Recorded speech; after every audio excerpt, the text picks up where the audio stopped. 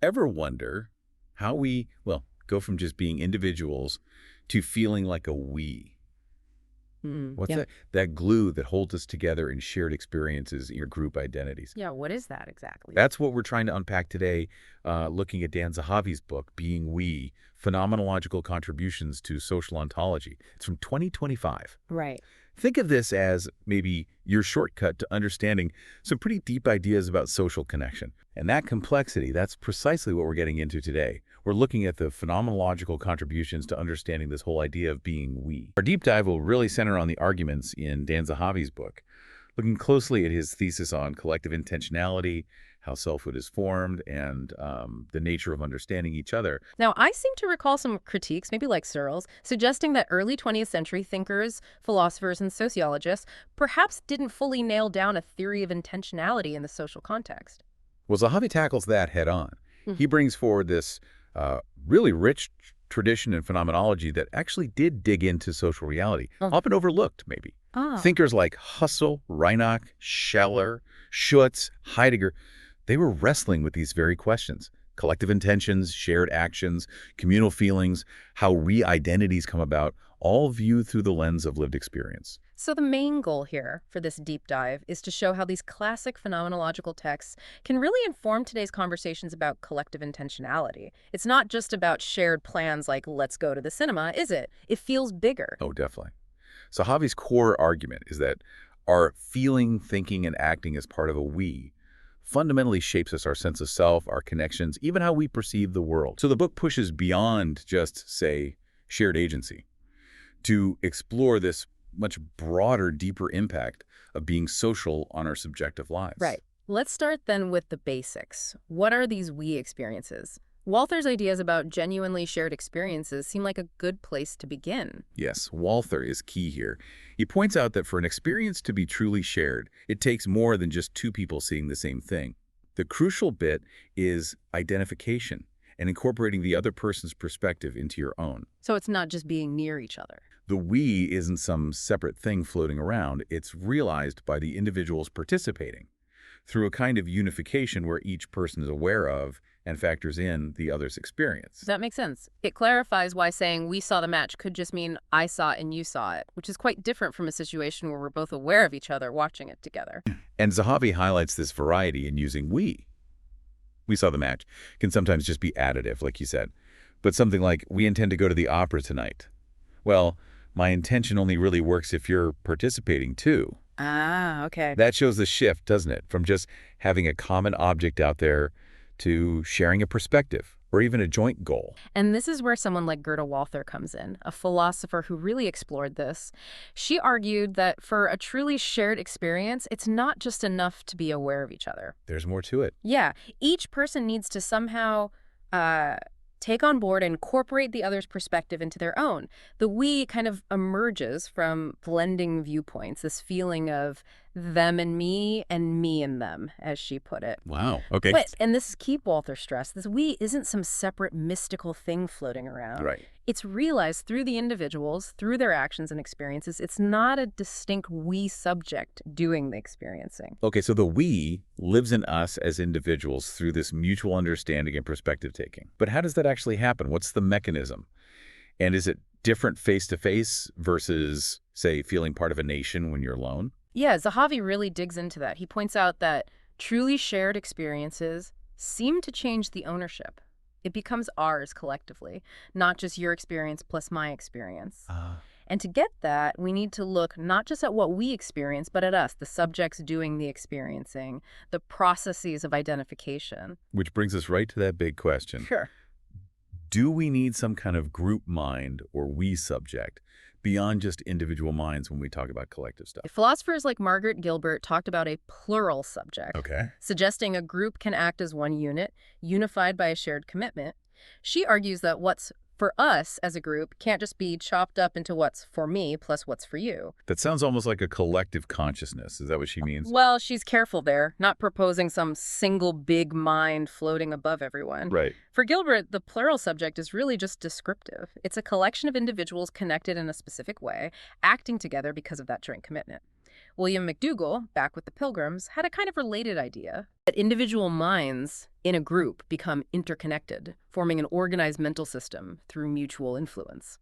So group intentions are still had by individuals, but they only make sense within that group context. This really gets to the core of the self, doesn't it? Are we fundamentally individuals first, who then connect? Or is our very sense of self actually formed by our relationships, our communities? Individualistic versus interdependent views of the self. Anthropologists show huge cultural differences here, though. As Maurice Bloch noted, these discussions can sometimes get a bit, well, fuzzy. Yeah. And the simple split, like West is individual, non-West is group, that's been criticized, it's way too simplistic. It misses variation within cultures and ignores how Western thought also emphasizes the social. Like communitarianism, for example. Precisely. Thinkers like Sandel, McIntyre, they argue that the liberal focus on the lone individual misses how crucial community is. It shapes our goals, our preferences, even our identity.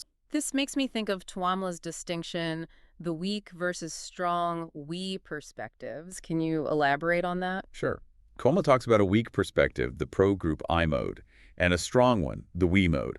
In the first case, individuals might work together, maybe they care about the group's goals, but they're still acting based on their own individual reasoning. Okay, so I'm doing this for the team because it helps me too, kind of thing. Sort of, yeah. But the strong we mode is different. It's a deeper level. Individuals actually internalize the group's ethos, its goals, its values, beliefs, norms. They act based on reasons the group itself has constructed. They identify with it. They're guided by the group's way of thinking. Got it. So it's a shift from acting for the group based on my own reasons to acting as a member, really taking on the group's perspective and values. And Gilbert's idea of the plural subject builds on this.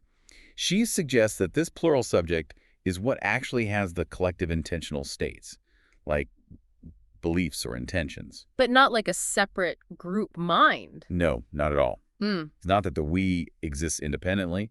It's about individuals unifying in specific relational ways that let them act effectively as one body. That sounds a bit like McDougall's idea, an organized mental system formed by these connected individual minds, influencing and complementing each other. That's a good parallel. Group intentions, group experiences, they belong to the individual members, absolutely. But their intentions and experiences these individuals could only have because they're part of that group, participating in it. This naturally leads us into that whole debate about selfhood. Yeah. Is it fundamentally individual or is it socially constructed? We hear about anthropological contrasts, Western versus non-Western ideas of the self. Right, though it's important to be cautious there. While cultures might emphasize different aspects of selfhood, that simple binary Western individualism versus non-Western collectivism often gets criticized for being, well, too simple.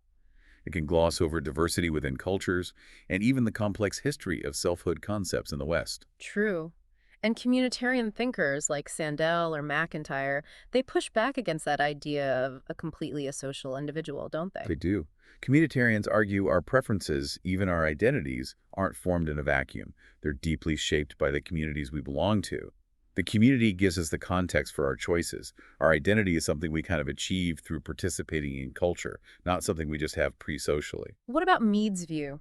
The social emergence of the self. How does that fit in? Mead has a really interesting take. He emphasizes that the self arises through social interaction, specifically our ability to adopt the perspective of others towards ourselves. Self-consciousness, for Mead, is basically seeing ourselves as we think others see us. He contrasts this socially formed self with our more basic pre-reflective experience when we're just acting in the world focused outwards, not really thinking about ourselves. Like if you're focused on running away from danger, you're thinking about the danger and running, not here I am, the runner. Exactly. Your awareness is on the action, the environment. Mead acknowledges we have private access to, say, bodily feelings, but argues they aren't initially tagged as belonging to a defined self until self-consciousness develops through that social process. But Zahavi introduces this idea of the experiential self, which sounds different from Mead's socially constructed one. It is, and it's a crucial distinction. Zahavi, drawing from phenomenology, argues for an experiential self that's a minimal, built-in feature of experience itself. Yeah. It's the basic mindness of our experiences, the fact that they're happening to me. Ah, I see. This is different from the self as a thing with properties, which thinkers like Husserl and Sartre also discussed, but saw as something that comes from reflecting on experience. So even a pre-reflective feeling, like a sudden jab of pain, has that inherent mindness before I even think, that's my pain. A description might be closer to pain felt mindly than I feel pain. This minimal self, Zahavi argues, is foundational to consciousness. Which then raises the question, is even this minimal subjectivity socially constructed, or are babies born with some basic sense of mine? That's a tricky one. Social constructivists often lean towards the social origin story, but there's compelling evidence suggesting infants have a basic ability to distinguish self from non-self very early on. Really? Like what? Well, research by people like Sibra shows that even newborns seem sensitive to communicative intentions. They react differently when someone addresses them directly through high gaze, that special motherese way of talking, turn-taking patterns. So these early interactions suggest they already have some capacity to engage with others as distinct beings. It certainly points that way. And think about the development of joint attention, first dyadic, between infant and caregiver, then triadic, involving an object. Researchers like Reddy, Leon Rosler highlight this. Right, where the baby points at something to get the caregiver to look too. Exactly. Those interactions, coordinating attention towards a shared focus, seem to presuppose an awareness of the difference between my focus and your focus. Proto-declarative pointing implies an existing self-world distinction. This kind of pushes back against the idea that we start in some kind of undifferentiated, fusional we-ness. So instead of starting merged together, infants seem to have a basic self that lets them connect with others. That aligns better with the phenomenological view. Now, it's helpful here to bring in Husserl's distinction between the pure ego and the personal ego. Okay, can you break those down for us? Husserl saw the pure ego as the subject of experience itself. That's the center point for all our conscious acts. It's absolutely unique, individuated. My stream of consciousness can't become yours. But it's kind of empty of content. It's more like a formal principle. The owner of experiences, but doesn't define what those experiences are. The personal ego, on the other hand, is about the content. It's our character traits, abilities, habits, beliefs, interests. It's the I as a concrete person, constantly developing through our life experiences and interactions. So, while maybe even an animal has some basic ego structure, the human I is personalized. Right. Just knowing about the pure ego doesn't tell you who someone is. For that, you need to look at their lived experiences, their personal ego. That distinction feels really important for understanding how our fundamental individuality connects with our socially shaped identities. Now, Garfield offers a really different perspective, doesn't he? Kind of self-skepticism. Yes, Garfield, drawing from Buddhist thought, really questions whether there's an enduring independent self at all. He sees persons more as socially constructed roles, fluid intersections of cultural narratives. So being a person is basically playing roles: parent, worker, citizen. That's the idea. Our identities are made up of this collection of roles. He argues that believing in a solid, separate self leads to moral egoism, valuing others based on how they relate to me. And his solution. He suggests that realizing our identities are social constructions will dissolve those boundaries between self and other, leading to more community, more responsibility.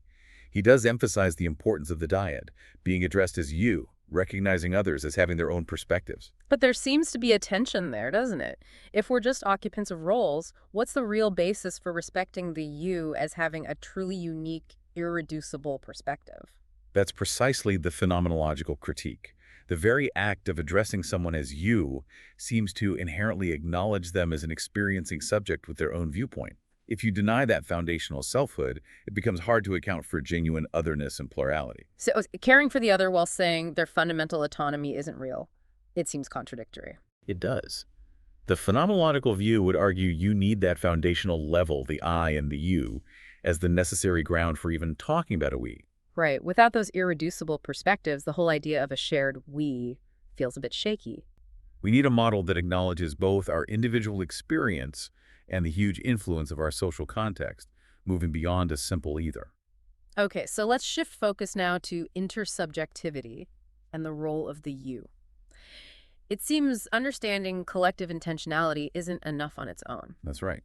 Zahavi argues that to really get shared perspectives, you first need an account of interpersonal understanding. How do we relate to others fundamentally? Is just recognizing them as agents enough? Or does we intentionality need a specific kind of relationship? And this is where empathy comes in, as a specific way of relating. Yes, and the phenomenological take on empathy is really useful here. It's seen as a way of intending towards the other, a way that gives us experiential access to their mental life without erasing their otherness. Thinkers like Stein, Husserl, Scheler saw it as a direct grasp of the other's experience.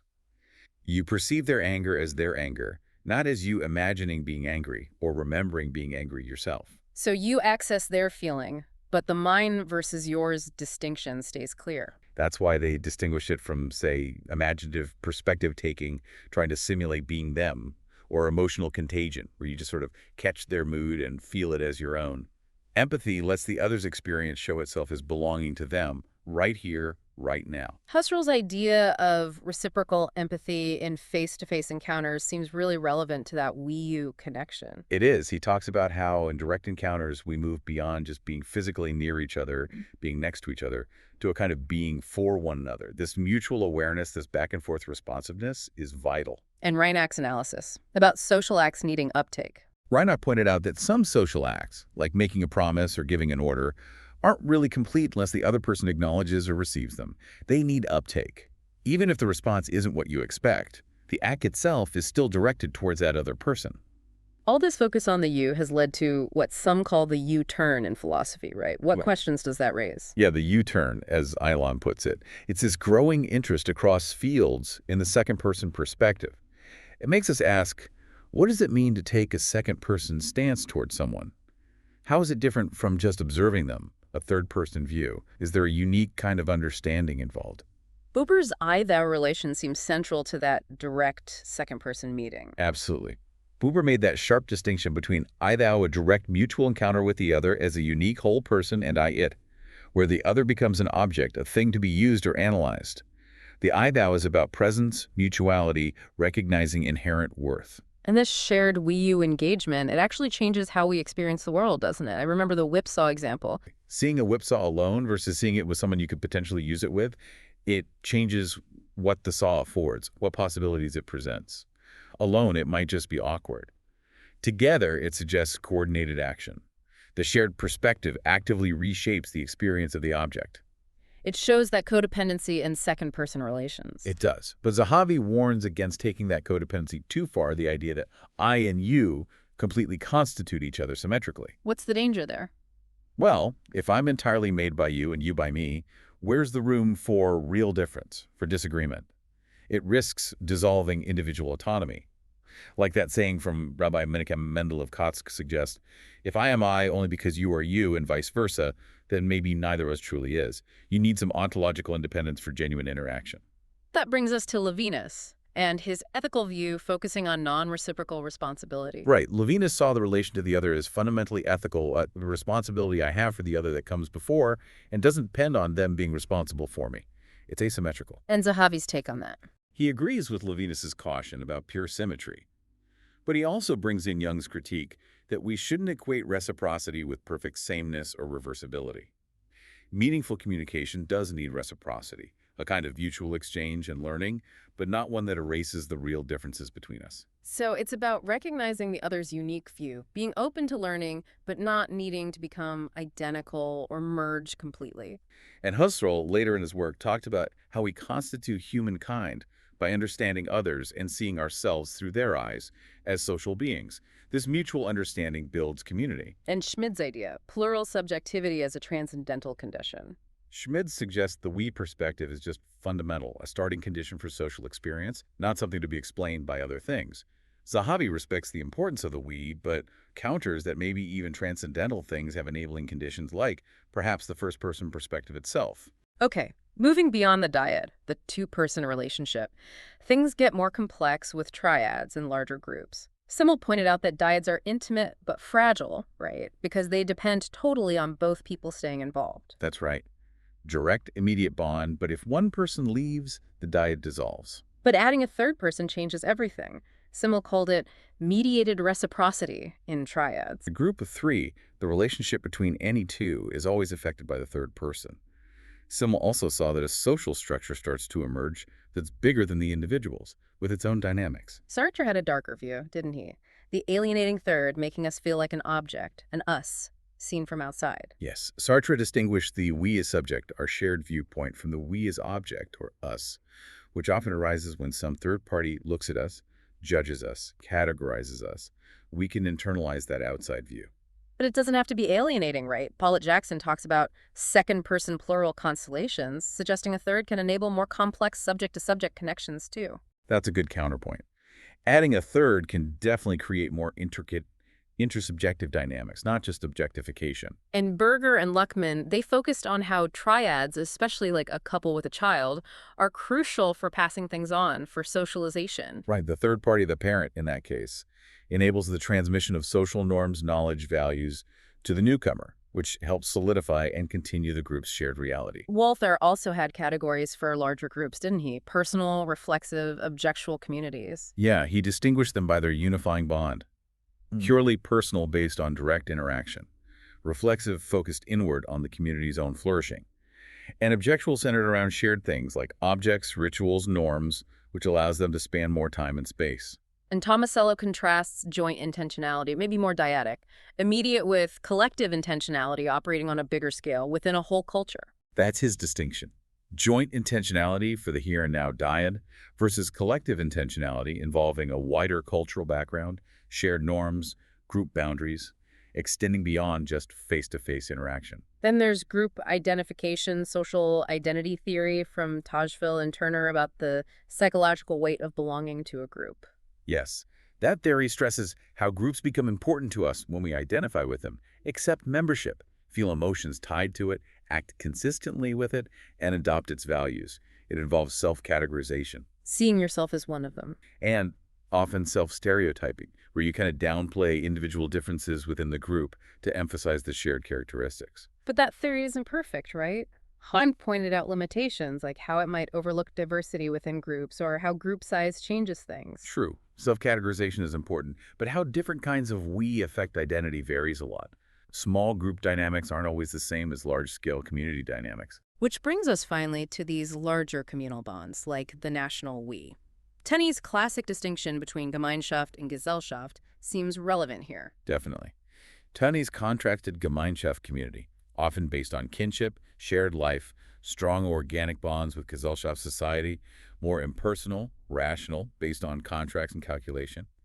He often seemed nostalgic for Gemeinschaft. Gurwitsch had a slightly different take on communal being together, emphasizing history and shared possessions more than just feelings. Yes, Gurwitsch argued communal life is shaped by shared history and collective ownership of things, forming a basis for identity, even if strong, positive feelings aren't always present.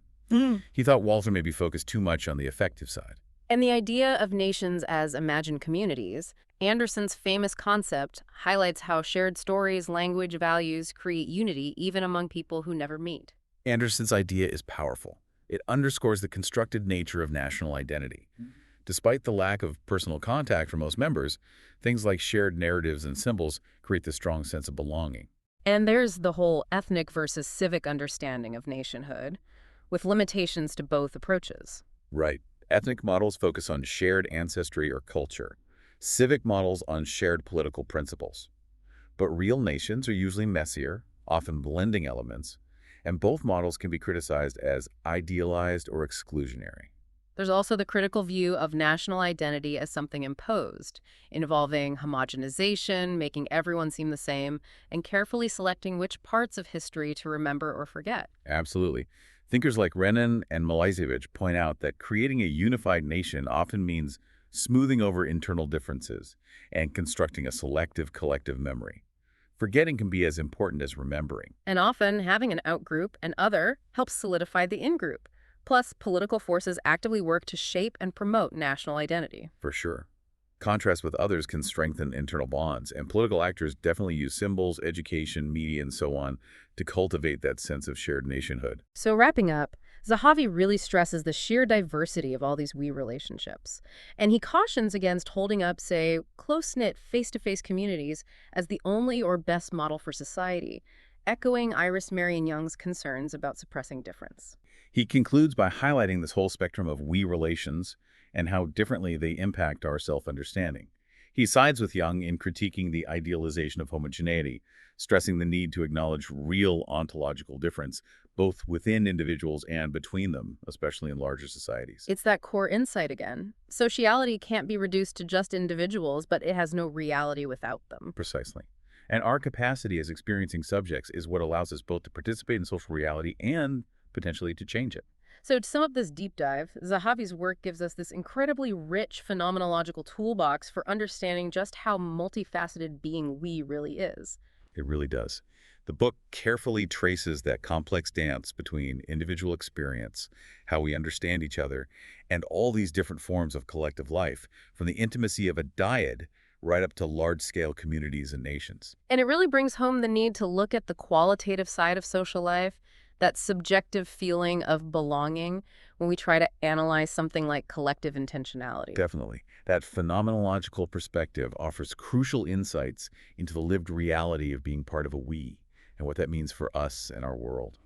So as a final thought for everyone listening, maybe take a moment to reflect on the different we's you're a part of.